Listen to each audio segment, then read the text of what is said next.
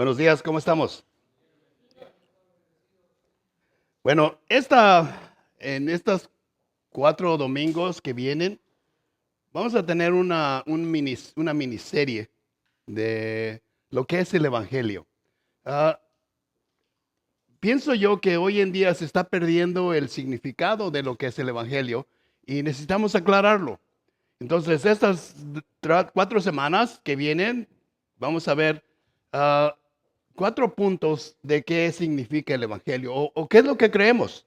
Hoy en día hay personas que dicen que creen en Jesús y todos creemos en Jesús, pero no es si creemos en Jesús, es lo que creemos de Jesús y lo que Cristo ha hecho. Miren, hay un grupo, vamos a ver, hay un grupo que dicen que Jesucristo no es Dios. Es más, dicen que Dios no tiene hijos. Dios no tiene hijos y por eso Jesús, pues en realidad es un profeta. Y creen en Él, pero creen que Él es un profeta, no que es el Hijo de Dios. Ahora, nos vamos a poner a ver varias cosas que vamos a ver diferentes grupos. Hay otro grupo que se inició aquí en Estados Unidos que dicen que Jesús y Satanás son hermanos. Satanás decidió desobedecer a Dios y Jesús obedeció a Dios, que lo hizo, lo adoptó y lo hizo Dios. Fue hecho Dios. Pero Juan en el principio de su evangelio nos avisa y nos dice y nos advierte quién es Jesús. Dice, en el principio era el verbo. Y cuando hablamos del verbo, hablamos de la palabra, o sea, el logos, que significa ah, palabra. Entonces, dice Juan, dice, en el principio era el logos, y el logos era Dios, y el logos estaba con Dios. O sea, era Dios, dice, y no solo era Dios, sino cuando se hizo la tierra, cuando se hizo todo, que dijo, hágase todo. Pablo nos dice que Jesús fue el creador de todo, fue el que inició todo. Y dice, todo lo que está en su mano. O sea, para poderlo mantener en la mano tiene que ser Dios. Entonces, principiando con eso, tenemos que entender que Jesús es Dios. Porque si no es Dios, entonces estamos perdiendo el tiempo. Entonces, vamos a ver qué significa tener, o qué significa, o qué es lo que tenemos que creer de Jesucristo. Porque si no entendemos qué es, simplemente es una filosofía. Bueno, hoy el mundo nos habla de un cambio psicológico. Podemos ir a un psicólogo y nos puede ayudar a cambiar nuestro pensamiento, nuestra manera de hacer las cosas. Si tenemos depresiones, vamos ahí y estas personas nos ayudan a poder salir de las depresiones. O nos aconsejan a tener una buena relación en el matrimonio o una buena relación con los familiares. Pero es simplemente en la cabeza. Y para que esto suceda bien, tiene que haber pudiéramos decir, una operación en el corazón. Tiene que haber un cambio de corazón. ¿Ven? Porque todo, dice Jesús, todo lo que sale de la persona no viene de la mente, viene del corazón. Y la palabra de Dios dice que el corazón es lo más podrido que tenemos. Entonces, tiene que haber un cambio de corazón. Tenemos que dejar que Dios nos saque el corazón malo que tenemos y que nos ponga otro corazón que podamos servirle a Dios y obedecerlo a Dios. Y les digo, tenemos que entender eso. Porque si no entendemos quién es Jesús y qué es lo que Jesús hace, entonces, pues en realidad estamos perdiendo nuestro tiempo aquí. Y lo primero que tenemos que ver es que hay un cambio, pero a veces el cambio lo pensamos para aquí.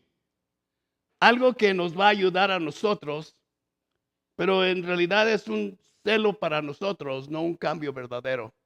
Y en el principio de esta serie vamos a ver que tiene que haber una transformación, una verdadera transformación.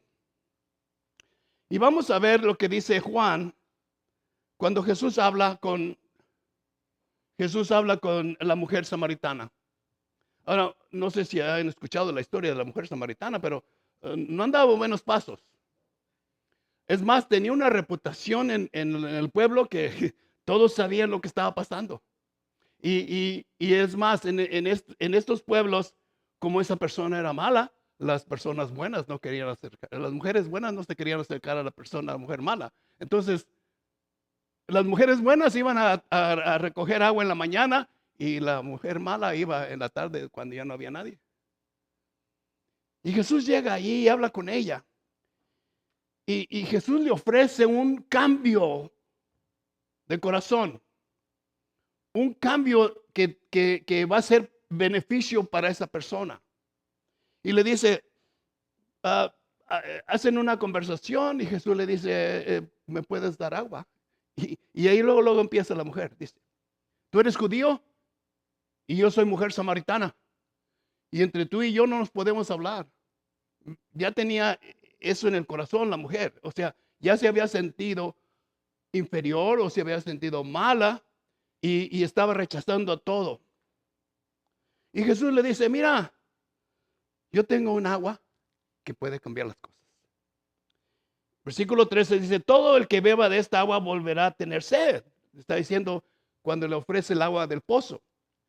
Respondió Jesús, dice, pero el que beba del agua que yo le daré no volverá a tener sed jamás, sino que dentro de él esa agua se convertirá en un manantial que brota a vida eterna.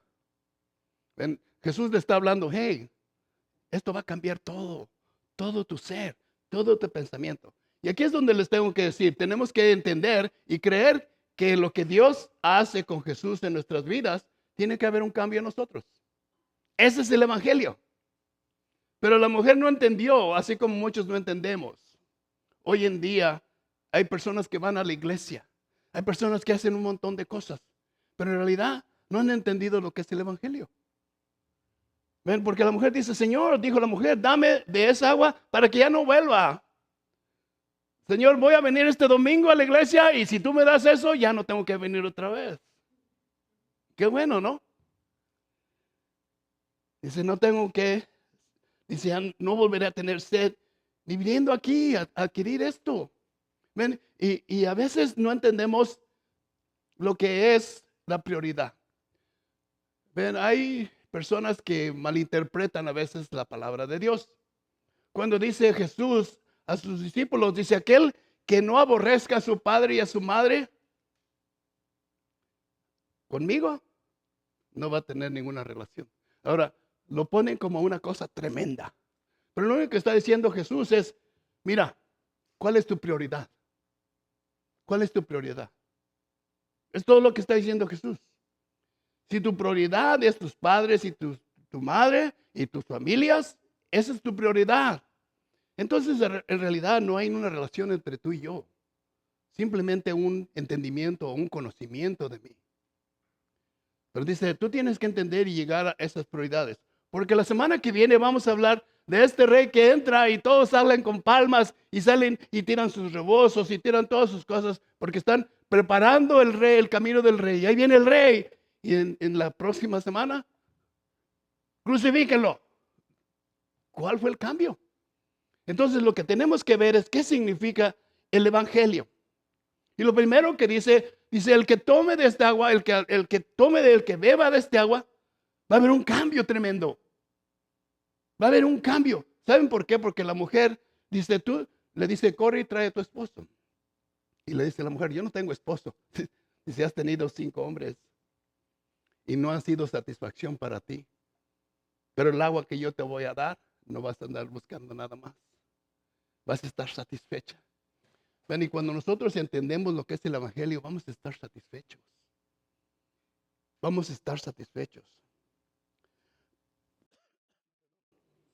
Y después dice Juan, continúa, y habla de este logos que estaba en el principio. O sea, antes de que todo fuera creado, ahí estaba el logos. Y si el logos estaba meditando y cambiando las cosas cuando Dios dijo que la tierra estaba mal y que la iban a hacer mejor. La planeación era entre el Padre, el Hijo y el Espíritu Santo, y Jesús hizo lo que tenía que hacer. Pero Juan dice aquí, ese logos que estaba allá con Dios, Ven, cuando nosotros no entendemos a Dios, necesitamos una persona que nos venga a dar una imagen de lo que es Dios. Ven, si yo les hablara de mi hermosa esposa y les dijera, mi esposa es hermosa y es, ven, ustedes dirán, ¿de veras? Y entonces lo que tengo que es traer una fotografía. Y le digo, esta es mi esposa. Cuando Jesús baja, dice Juan, vino a los suyos, pero los suyos no lo recibieron. Dice, más cuando los que recibieron, los que creen en su nombre, les dio derecho de ser hechos hijos de Dios. ¿Saben lo que es un derecho? Pero hoy en día, cuando los para la policía, dice, oh, I know my rights. Yo conozco mis derechos. Ven, lo que está diciendo aquí Juan, está diciendo, tú no eras hijo de Dios. Posiblemente ibas a la iglesia y has escuchado de Dios y sabías algo de Dios, pero Dios todavía no te ha adoptado porque no lo has recibido. Ven, no es nada más de tener una oración, es de recibir. Ven, Dios está con las manos extendidas, con un regalo hermoso de vida eterna. Dice, aquí está mi hijo. Y si tú no lo tomas, no vas a poder tener ninguna relación conmigo. No importa a qué iglesia vayas. Hasta que tú no recibas a mi hijo, te puedo adoptar como hijo también. Y dice Juan, más a cuantos lo recibieron, a los que creen en su nombre, les dio el derecho de ser hechos hijos de Dios. Estos no nacen de sangre, ni deseo natural, ni por la voluntad humana, sino que nacen de Dios. Ven, y hoy en día a veces hablo con personas y dicen, oh, no, yo nací en un lugar cristiano. ¿Y? Si yo nací en un garage, ¿sería un qué? Un carro, ¿no? Pero dice Juan, dice, esto no nace de que yo te voy a hacer cristiano. Bueno, a veces queremos convertir a la gente. A veces queremos decirle, tú tienes que aceptar a Cristo. Ellos no tienen que hacer nada. Porque Dios nos ha dado libre albedrío. Ven, hay una diferencia entre la fe musulmana y la cristiandad. ¿Sabían ustedes que ustedes pueden decir hoy en día, no quiero venir a la iglesia, no quiero ser cristiano? Y nadie dice nada. Pero si ustedes son musulmanes y dicen, no quiero ser musulmán, yo no quiero ir otra vez a ninguna mezquita, han firmado su sentencia de muerte. Y eso lo dice el Corán. ¿Ven? O sea que son hechos humanamente religiosos. La idea del judaísmo es que mis hijos nacieron judíos y por eso son judíos. Pero dice Pablo, no todos son verdaderamente judíos. Porque tenían que aceptar esa promesa que Dios les había dicho desde Abraham. Un día va a venir un Salvador, un Mesías, y los va a limpiar de todos sus pecados. Y ese día ustedes van a ser mis hijos.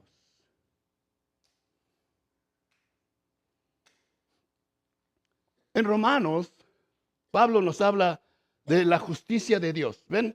Cuando nosotros entramos a la iglesia o cuando entramos a la fe cristiana, no entramos porque nos hicimos cristianos. Entramos porque la justicia de Cristo ha sido puesta en nosotros. ¿Ven? Y dice Pablo, dice, desvestidos del viejo hombre, de Adán, y vestidos del nuevo hombre. Tomamos el ropaje de Jesús, la justicia de Jesús. Cuando Dios nos ve la justicia de Jesús que nos está cubriendo. Y entonces podemos entrar a su presencia. Dice Pablo, llegar corriendo a él y gritarle, Abba, papi, papi, tengo problemas, tengo necesidades, tengo ansiedades, tengo miedos, tengo temores. Pero tú, papi, tú me vas a ayudar como un niño chico. Y tenemos que creer. Jesús dijo, es como un niño chico que creen lo que el Padre dice. Y dice aquí Pablo, esa justicia de Dios llega mediante la fe en Jesucristo a todos los que creen. De hecho, no hay distinción. Los judíos no tienen ninguna ventaja con nosotros. Entonces, llegó Pablo y dice, ustedes han rechazado a su Mesías y eso le da ventaja a los que no son judíos. Y ahora Dios ve a los judíos y a los no judíos igualmente. No hay distinción, no hay ningún privilegio. Si naciste en una casa rica o naciste en una casa religiosa, no hay ningún privilegio. Tienes un día que venir y aceptar ese regalo de Dios. No importa si naciste en la casa de un pastor, si tu padre y tu madre fueron completamente religiosos o buenos cristianos, tú tienes el libre albedrío de decidir si vas a aceptar o simplemente no vas a aceptar. Dice, versículo 23, dice, pues todos han pecado y están privados de la gloria de Dios. Aquí es donde está el problema. Ven, yo cuando recién nos convertimos, yo estaba mandando a todos al infierno. Si tú no aceptas a Cristo, te vas a ir al infierno. No se trata de eso, se trata de una relación con Dios. Ven, es tremendo, dice, pues todos hemos pecado y eso es lo que tiene que pasar en el Evangelio. No se trata nada más de hacer una oración o aceptar a Jesús, se trata de aceptar que eres pecador y que no puedes salvarte por ti mismo. Yo te digo, eres pecador igual que yo. Pablo dice, no hay ninguno que sea bueno, no hay ninguno que busque a Dios. Todos hemos pecado y hemos llegado cortos. Ven, es como si ustedes dijeran, voy a brincar de aquí a las Catalinas, porque yo soy buen brincador. Y se van hasta atrás, se van hasta Arizona y empiezan a correr y brincan desde aquí, desde California, y van a llegar cortos a las Catalinas. Y es lo que dice Pablo, trata lo que quieras hacer, pero no vas a llegar a la meta que Dios tiene para poder entrar a su presencia. Tú no puedes hacerlo. Dice, pues todos han pecado y están privados, estamos cortos de la gloria de Dios. No podemos llegar a tener o conocer la gloria de Dios hasta que no reconozcamos que somos pecadores. Yo no puedo salvarme. Yo no puedo hacer absolutamente nada. Porque Pablo dice, no es por obras para que no nos gloriemos. Y el problema que pasa con la persona religiosa, se gloria en que mantiene el sábado, o va a la iglesia, o da ofrenda, o canta himnos, o ora todos los días. Y por eso Dios me tiene que aceptar, dice Pablo. No. Primero tienes que reconocer que no te puedes salvar. Y que el regalo de Dios que te está dando, necesitas aceptarlo. Ven, imagínense ustedes cuando viene la Navidad y ustedes están tratando de regalar regalos. Imagínense, vamos a decir, ustedes traen un regalo para su hijo o su hija y les dice, mira, te traje este regalo. Y sacan la billetera y dice, ¿cuánto te costó? A ver, y empiezan a aventar los billetes. Eso es lo que pasa cuando Dios nos dice, este es mi hijo, este es el regalo que tengo de vida eterna para ti. Y decimos, oh Señor, pero yo leo la Biblia todos los días, yo voy a la iglesia, yo ayudo en la iglesia, yo trabajo en misiones, yo hago un montón de cosas. Y dice Dios, ¿me estás rechazando el regalo? Pues si lo rechazas, no vas a poder entrar a mi gloria. Wow, esa sería una advertencia tremenda, ¿no? Y dice el versículo 24, dice, pero por su gracia somos justificados gratuitamente mediante la redención de Cristo Jesús efectuó. Cuando Jesús estaba en la cruz, lo primero que dice es, todo está pagado. ¿Se imaginan eso? Cuando yo escuché eso por primera vez, decía yo, le debo tanto a Dios que no puedo ni siquiera acercarme a Él. Le tenía un miedo tremendo, porque le debía mucho y le sigo debiendo. Pero Jesús dice, todo está pagado. Ahora puedes entrar a la presencia de mi Padre. Y lo vemos cuando Jesús muere, la cortina del templo es rasgada de arriba abajo. Y está diciendo eso, ahora puedes entrar. Donde el sacerdote mayor podía entrar una sola vez al año. Pero ahora tú puedes entrar a la hora que quieras. Porque no estás entrando con tu justicia, estás entrando con la justicia que te cubre de Cristo. Ahora, otra cosa que necesitamos creer en el Evangelio. Primero, que somos pecadores y que no nos podemos salvar. No hay manera en nuestras fuerzas. Pero en 1 Corintios, capítulo 15, versículo 3 al 5 dice, pero ante todo lo que les he transmitido a ustedes, lo que yo mismo recibí, dice Pablo, lo que yo les he enseñado a ustedes, yo lo recibí de Cristo. Dice Cristo, esta es otra cosa que necesitamos creer para poder entender el Evangelio, que Cristo murió. ¿Ven? Hay otro grupo que dice que Cristo era espíritu. Entonces en realidad no murió. Pero si Cristo no es carne y hueso como nosotros, no puede pagar, no puede interferir por nosotros. Se tenía que hacer carne y hueso como nosotros. Es por eso la necesidad de ser nacido de virgen. Ven, una de las cosas que pasa es que cuando habla Dios con Adán, ven, la mujer fue engañada. Pero el problema fue con el hombre, porque Dios habló con el hombre. Le dijo, mira, puedes comer de lo que tú quieras, menos de ese árbol. Adán no fue engañado y lo hizo voluntariamente. Por cualquier cosa, posiblemente Eva estaba muy guapa y muy bonita y dice, pues, no quiero que me la quite Dios, me voy con ella.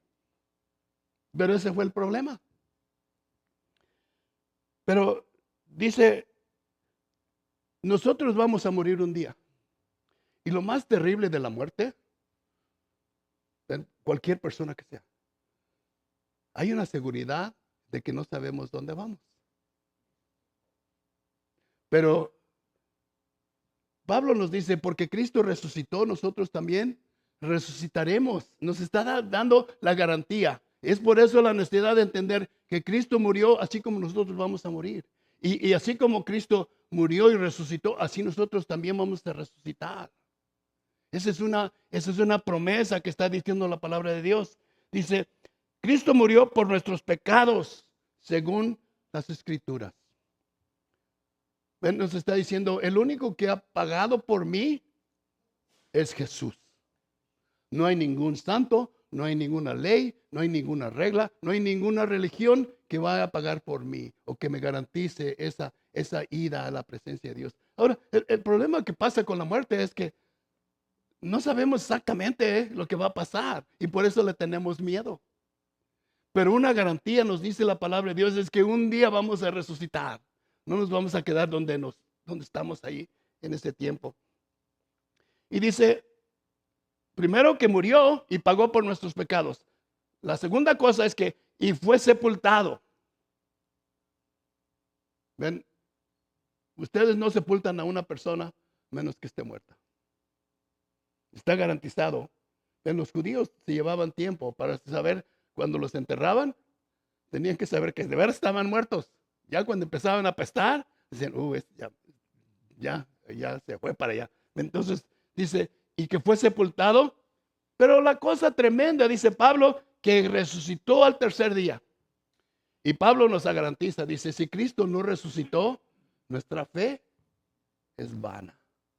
No sirve para nada. Es mejor ir al juego de béisbol. Y sabían ustedes, me pongo a pensar, las iglesias han cambiado. Ahora son estadios de fútbol. Y hay dioses que corren y que cuando hacen algo grande, todo el estadio se levanta. ¡Ah! ¡Aleluya! Es todo lo que ha pasado. Todos los domingos dicen, ¿yo para qué voy a la iglesia? ¿Porque me quiten mi cheque? El otro día estaba viendo los juegos de béisbol. Cuando jugaban la Serie Mundial, los más baratos valían $8,000. Y yo digo, wow, no voy a la iglesia porque me quitan $10, pero sí voy a un juego que me van a quitar $1,000, $9,000, $10,000. Y me voy a gritar porque estos dioses me están satisfaciendo. Todo ha cambiado. Pero dice aquí, según la palabra de Dios, según las Escrituras, dice, y muchos dicen, bueno, ¿cómo sabes que resucitó? Dice que se apareció a Cefas. ¿Saben quién es Cefas, no? Pedro. Dice, y luego a los 12. O sea, no fue una cosa donde dice, se escondió, ¿sabes qué? Allá resucitó y por allá andaba, no. Todos los que andaban con él cuando estaba vivo y anduvo caminando con ellos, todos ellos Lo vieron que lo crucificaron, lo vieron que lo sepultaron y lo vieron resucitado. Una garantía tremenda en el Evangelio. Cuando nosotros creemos que Cristo es el único que nos puede dar el perdón de nuestros pecados, el único que nos va a garantizar que aun cuando muéramos, vamos a resucitar. Es una ventaja que tenemos que ninguna otra religión tiene. Ninguno tiene. Ahora, esta conversión tiene que tener un propósito. No nomás voy a convertirme en cristiano, no voy a nada más aceptar a Cristo y todo está bien. Tiene que haber una producción. Y Pablo dice en 1 de Corintios capítulo 15, versículo 9 y 11, dice, pero la gracia de Dios, yo soy lo que soy. ¿Ok? Porque estaban diciendo, bueno, ¿tú quién eres? Conocemos a los 12 que anduvieron con Jesús, pero tú andabas matando a los cristianos y después, según te convertiste. Y ahora nos quieres decir lo que tenemos que hacer. Y dice Jesús, dice Pablo, dice, pero yo por la gracia de Dios, no por lo que yo soy, yo sé, y dice, se considera el peor de los apóstoles, dice, el más pequeño, el más insignificante, dice, porque yo anduve persiguiendo la iglesia. Y no se perdonaba muy bien Pablo, porque dice, he hecho tanto daño a la iglesia. Dice, por la gracia de Dios, yo soy lo que soy, la gracia que Él me concedió, no se pudo sin fruto. O sea, dice, me dio la gracia y ¿qué sirvió? ¿Qué sirvió que yo acepte a Cristo? Ustedes pónganse a preguntar hoy, ¿de qué sirve que son cristianos? ¿De qué sirve que vienen a la iglesia? ¿Se han puesto a preguntar esto? ¿De qué sirve? Y dice Pablo, dice, la gracia que Dios me dio no se quedó sin fruto. Dice, al contrario, he trabajado con más tesón que todos ellos. Porque le decían los apóstoles, ¿y tú quién eres? ¿Qué has hecho? Nosotros anduvimos con Jesús 3 años. ¿Dónde estabas tú? Dice, pero por la gracia de Dios yo he trabajado con grandes tesón. Dice, no yo, es la gracia de Dios. Pero no se trata de que nosotros lo vamos a hacer, sino que Él nos va a motivar y nos va a dar, tanto el querer, dice la palabra de Dios, como el qué, como el poder. Y Pablo está diciendo eso aquí. Yo andaba persiguiendo a la iglesia y Él me transformó. Y ahora lo que hago, yo lo hago para la gloria de Dios. Y me da el deseo. Miren, ayer fuimos a México a trabajar y hubo una riña tremenda allá con los trabajadores. El ministerio es difícil. Y anduvimos trabajando y siempre hay discusiones de que el color y no el color, y acá y allá, y que nos vamos a ir de esta manera y nos vamos a ir de otra manera. ¿Ven? Y dice uno, ¿por qué vengo aquí? Si no me están pagando. Un tiempo atrás llevábamos varios grupos a hacer comida, a hacer casas en Tijuana. Y llevé una vez un grupo de americanos y nos sentábamos ahí en la lonche y nos daban 2 piezas de pan blanco con una rebanada de Bolonia y un patito pascual. Y les decía a ellos, ¿no es tremendo que pagan $75? Vienen a trabajar aquí 3 días y les dan un sándwich y un patito pascual. ¿Ven? Pero se gozaban, venían gozosos. Y es lo que dice Pablo. Si fuera por mí, yo no voy a menos que me paguen lo mínimo. Pero dice, el deseo que me mandaba ahí es la gracia de Dios que está sobre mí. Y me gozo y cuando regreso gozoso. ¿Ven? Todo el grupo regresaba. La gente estaba viviendo en casas de cartón o en autos viejos. Cuando terminábamos las casas, en una casita de 20 por 20, con 2 recámaras y un comedor, tenía electricidad, tenía insolación y era, si no nos decían nada, veníamos tan gozosos de lo que Dios ha hecho con ellos y lo que Dios está haciendo con ellos. Porque el hecho de que les hicimos una casa, no recibimos nada de dinero, pero recibimos una satisfacción. ¿Y saben qué? Ellos se dieron cuenta de que Dios vive. Y dice Pablo, al contrario, he trabajado mucho más tesón que todos ellos, aunque yo No soy sino la gracia de Dios que está en mí, que está conmigo. En fin, dice Pablo, ya sea que se trate de mí o de ellos, ya sea que ellos hagan o yo haga, dice, esto es lo que predicamos, esto es lo que ustedes han creído, que Cristo vive. Y por eso ustedes están usando la gracia de Dios y Dios los está usando a ustedes para ir y hacer algo para que Dios sea glorificado. Esa es parte del evangelio. Ahora, ven, se trata de producción. La vida cristiana se trata de producción. Y dice Pablo, no es que yo sea, sino es la gracia de Dios que está sobre mí.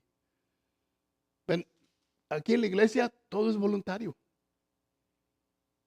Y espero que todos vayan contentos de que hicieron algo para la gloria de Dios. Y Jesús les dice, miren, se trata de producción. En Mateo 13, del 3 al 10, dice, y dijo en parábolas muchas cosas como estas. Un sembrador salió a sembrar. Mientras iba, esparció las semillas. Una parte cayó junto al camino. Llegaron los pájaros y se la comieron. Otra parte cayó en el terreno pedregoso, sin mucha tierra, y esas semillas brotaron pronto porque la tierra no estaba profunda. Pero cuando salió el sol, las plantas se marchitaron y por no tener raíz se secaron. Otra parte de las semillas cayó sobre este espino que al crecer ahogaron las plantas. Ahora, ¿saben quién es el sembrador? ¿Quién es el sembrador? ¿Quién? Pero con convicción. ¿Quién es el sembrador? Jesús. Jesús vino primero y plantó la semilla en 12 hombres y en varias mujeres. Y esas 12 semillas dieron a producción a un montón. Es tanto que en la primera predicación de Pedro se convierte en un montón de gente. Ahora, la pregunta para nosotros es, ¿la gracia de Dios está haciendo efecto en mí para que otras personas lleguen a conocer a Dios? Porque eso es lo que está diciendo aquí Jesús. Dice, pero otras semillas cayeron en un buen terreno, en el que se dio una semilla que rindió hasta 100, 73 y 70 veces más de lo que se había sembrado. Y Jesús dice, el que tenga oídos, que oiga. Que oiga. Ahora, imagínense ustedes, los discípulos están parados ahí y les habla Jesús de esto. Y dice, yo me imagino que Pedro está diciendo a Juan, ¿qué está hablando? ¿Qué es lo qué onda? ¿Qué es lo que está haciendo? Y dice aquí, los discípulos se acercaron y le preguntaron, ¿por qué hablas a la gente con parábolas? ¿Por qué no les dices de una vez? Esto es lo que tienen que hacer. Porque recuerden, la gracia es la que va a mover. No va a ser una orden. Va a ser la gracia de Dios. El Espíritu de Santo viene sobre ustedes. Y les voy a decir, en el ministerio, hay personas que son como lija del 40. Cuando se nos acercan, nos rasguñan. Y uno quiere decir, yo quiero servir sirviendo a las personas en la iglesia, pero alguien nos hace algo, yo ya no quiero. Alguien dice, no, pues, no. Dice, ¿por qué les hablas en parábolas? ¿Por qué no les dices de una vez? Eso es lo que tienen que hacer. Porque tienen que ser voluntario. Ven, miren, si dijera Jesús, bueno, ustedes tienen que levantar flores. ¿Y saben lo que haríamos? ¿Qué haríamos todos? ¿Qué haríamos? Pónganse a imaginar, ¿qué haríamos? Les voy a decir una cosa que hacemos hoy en día. Le dijeron a Jesús, Señor, yo te veo que estás siempre orando. Vas y te vas a la esquina y empiezas a orar. ¿Qué es lo que dices, Señor?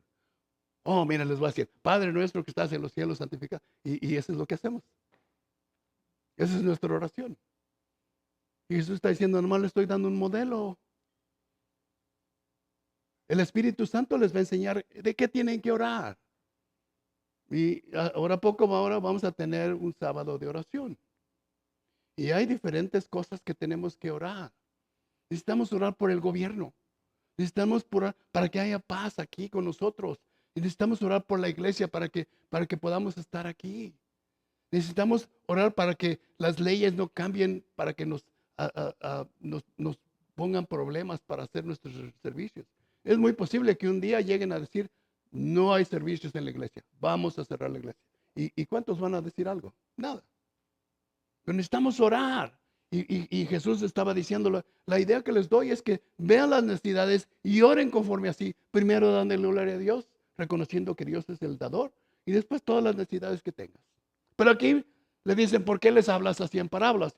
En el versículo 11 Jesús dice, le respondió, a ustedes se les ha concedido conocer los misterios del reino de los cielos, pero a ellos no. Ahora les voy a decir una cosa. Ustedes que están aquí son tan privilegiados que si no aceptamos eso, si no entendemos que Dios nos ha dado, y recuerda que dijo, el que tenga oídos, que oiga. Y Jesús está hablando hoy en día. Está tratando con cada uno de ustedes de diferente manera, o lo que ustedes necesitan, o lo que ustedes necesitan saber. Dice, a ustedes se les ha dado el derecho de poder ir con Dios y decir, Señor, ¿cuál es tu plan para mi vida? ¿Qué es lo que necesito hacer? ¿Qué es lo que necesito entender? Porque a veces no entendemos. ¿Qué es lo que necesito comprender? ¿Qué es lo que necesito escuchar? Dice, al que tiene se le dará más y tendrá en abundancia. Al que no tiene, hasta lo que no tiene se le quitará. Y yo me ponía a pensar, miren, los judíos les dio Dios un conocimiento tremendo de todo. El Antiguo Testamento está lleno de testimonio de Dios, cómo Dios trató con el pueblo judío. Dice, como no lo quisieron aceptar, dice, se le ha quitado. Y cuando vinieron los apóstoles y empezaron a hablar de Dios y empezaron a enseñar el evangelio, se les dio más. Imagínense ustedes, en una predicación 5,000 personas, en otra predicación 3,000 personas. Vean, ni un evangelista puede hacer eso. Bueno, hoy vemos a los estadios donde está un evangelista. El evangelista da un mensaje, pero el trabajo lo ha hecho la iglesia.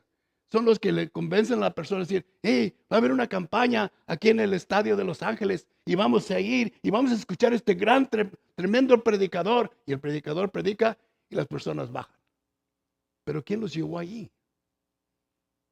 Pero aquí dice, el que tiene, se le dará. Y el que no tiene, se le quitará. Si no hace nada con lo que se les ha dado, no van a poder entender la grandeza de lo que Dios quiere hacer. Pero a ellos se les habla en parábolas, aunque miren, no verán. Aunque oigan, no escucharán ni entenderán.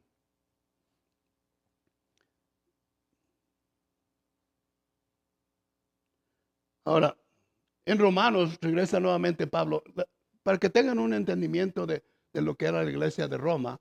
La iglesia de Roma se fundó con judíos. Eran judíos los primeros creyentes en Roma. Pero después, como se hicieron cristianos, Nerón, César, los sacó y los echó la culpa de que ellos fueron los que quemaron Roma. Y los únicos que se quedaron ahí fueron los que no eran judíos. Ellos se quedaron ahí y la iglesia empezó a crecer. Pero ya cuando se muere el César y pueden regresar los judíos, había un problema. Los judíos dicen, nosotros empezamos esto. Esta iglesia es de nosotros. Y los gentiles decían, ustedes se fueron y nosotros hemos hecho crecer la iglesia. Y dice Pablo, dice, esta justicia de Dios llega mediante la fe en Cristo a todos los que creen. De hecho, no hay distinción. Pues todos han pecado y están privados de la gloria de Dios. Pero por su gracia son justificados gratuitamente mediante la redención que Jesucristo efectuó. Ahora, primero tenemos que entender que Jesús es Dios. Esa es la base de nuestra fe. Si nosotros no entendemos que Jesús es Dios, no vamos a entender lo demás. Dice, el que tiene, se le dará. La segunda cosa que tenemos que entender es que Cristo murió en la cruz para pagar nuestros pecados porque somos pecadores. Y no podemos acercarnos a la gracia de Dios, a la gloria de Dios, si no recibimos esa entrada gratuita. Imagínense ustedes, les dije de los Dodgers, $8,000, $9,000 por un boleto. Y alguien viene y les dice, ¿saben qué? No hay entrada. todo está vendido. Y alguien viene y les dice, hey, yo tengo un boleto, ¿quieres ir? ¿Qué harían ustedes? Bueno, si les gusta el béisbol, si no les gusta, a lo mejor ni se paran por ahí. Pero, ¿qué harían ustedes? ¿Cuánto quieres por el boleto? Pues vale $9,000, pero te lo estoy dando gratis. ¿Qué harían ustedes? Yo soy gorrón. Miren, tenemos un familiar que su padre tiene barcos, trabaja en los barcos aquí y conoce un abogado que tiene mucho dinero. Y un día dice, hey, ¿quieres ir al juego de los Dodgers? Le digo, no soy muy bueno en el béisbol. Le digo, ok. Y nos sentaron a mero atrás del home plate, en la segunda línea. Y yo decía, yo no estaba interesado en el juego, estaba diciendo, este asiento ha de valer un montón de billetes. Y le decía, oye, ¿cómo conseguí? Dice, el abogado dice que no quería ir y me dio los boletos. ¿Qué hubiera dicho yo? No, yo no quiero ir, a mí no me gustan los Dodgers. Pero los hot dogs estaban bien sabrosos. Dice aquí en 2 dice Pablo, dice, ahora bien, el Señor es espíritu. Y donde está el espíritu del Señor, ahí hay libertad. No entendemos esta libertad. Pero ¿sabían ustedes que en la ley judía, si ustedes tenían un pie mal, no podían ir al templo? Si ustedes tenían una mano media chueca, no podían entrar al templo. Porque solamente las personas que estuvieran perfectamente en condición podían entrar en el templo. Es por eso que cuando viene Jesús y los empieza a sanar, el problema con ellos es, no puedo entrar a adorar a Dios. No me van a dejar. Si quiero entrar así, me van a apedrear. Pero Jesús los transforma. Y lo primero que les dice, ve con el sacerdote y muéstrate que estás limpio. Y ahora sí puedes entrar al templo libremente. No vas a tener miedo que te van a apedrear. Y es lo que está diciendo aquí Pablo. Ahora bien, el Señor es el Espíritu y donde está el Espíritu de Dios, ahí hay libertad. Y así todos nosotros que con el rostro descubierto reflejamos como un espejo la gloria del Señor.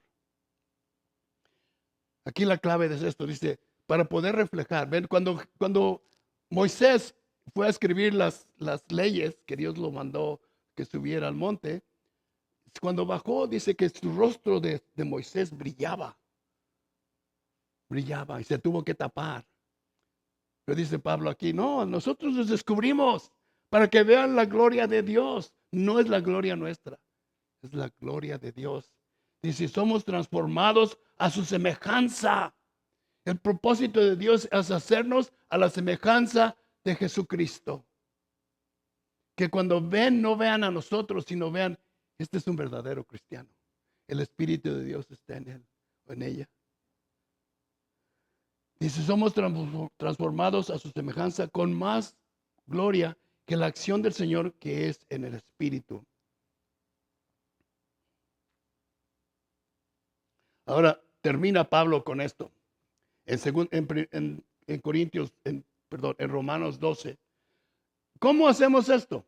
¿Cómo sucede esto? ¿Cómo sucede el entendimiento de que Cristo es Dios y que Cristo murió por nuestros pecados y que somos pecadores y que necesitamos este evangelio, el verdadero evangelio de Dios, el evangelio de las buenas nuevas? Dice Pablo, la única manera que puede pasar es que cuando la palabra de Dios penetre en tu corazón, es la que te va a transformar. Y dice Pablo, por tanto, hermanos, capítulo 12, versículo 3, dice, tomando en cuenta la misericordia de Dios, considera, Dios te está dando este privilegio, Dios te está dando este poder. Dice, ruego que cada uno de ustedes en adoración espiritual ofrezca su cuerpo como sacrificio vivo, santo y agradable a Dios. No se molden a este mundo actual.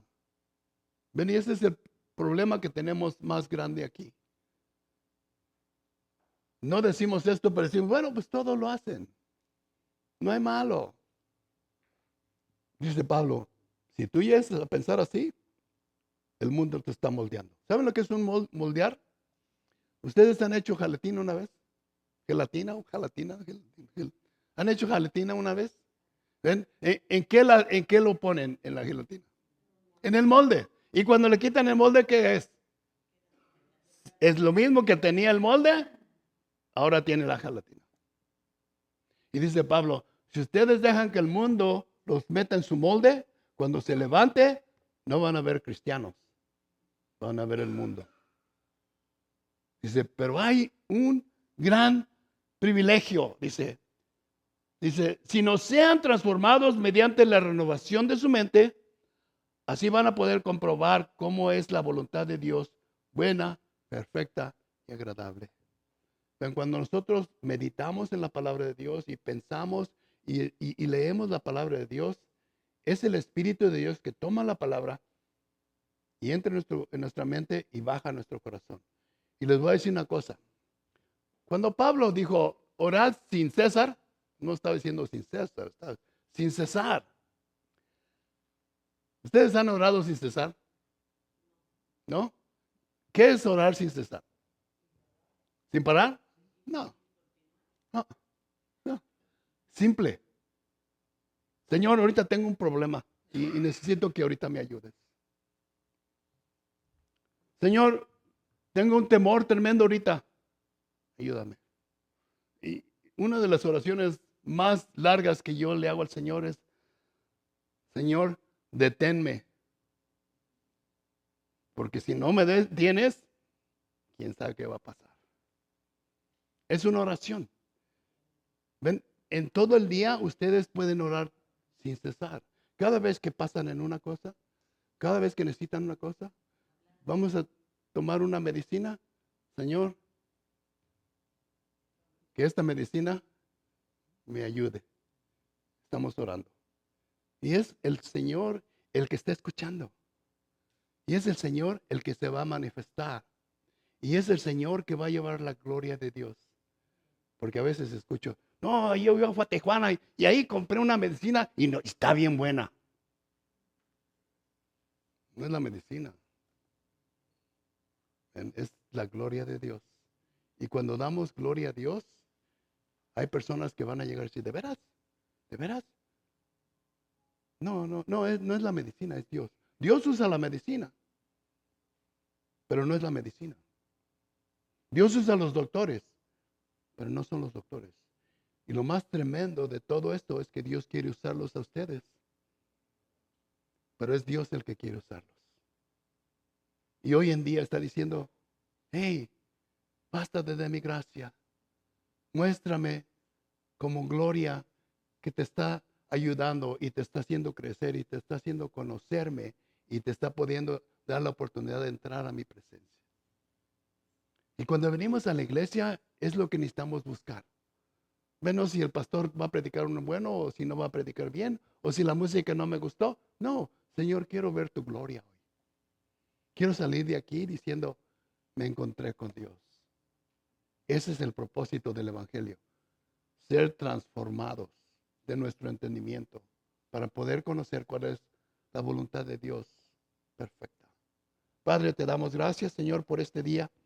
Te damos gracias por la manera en que tú nos has tratado, Señor, la manera en que tú nos has dado a conocer tu Hijo como Salvador y Señor. Te pido que abras nuestros ojos a cada una de las personas que te están escuchando hoy en día, Señor. Que podamos tomar la oportunidad, la ventaja de poder entender y conocer y aceptar y recibir a tu Hijo como Señor y Salvador. Y te damos gracias por esto en el nombre de tu Hijo Jesucristo. Amén.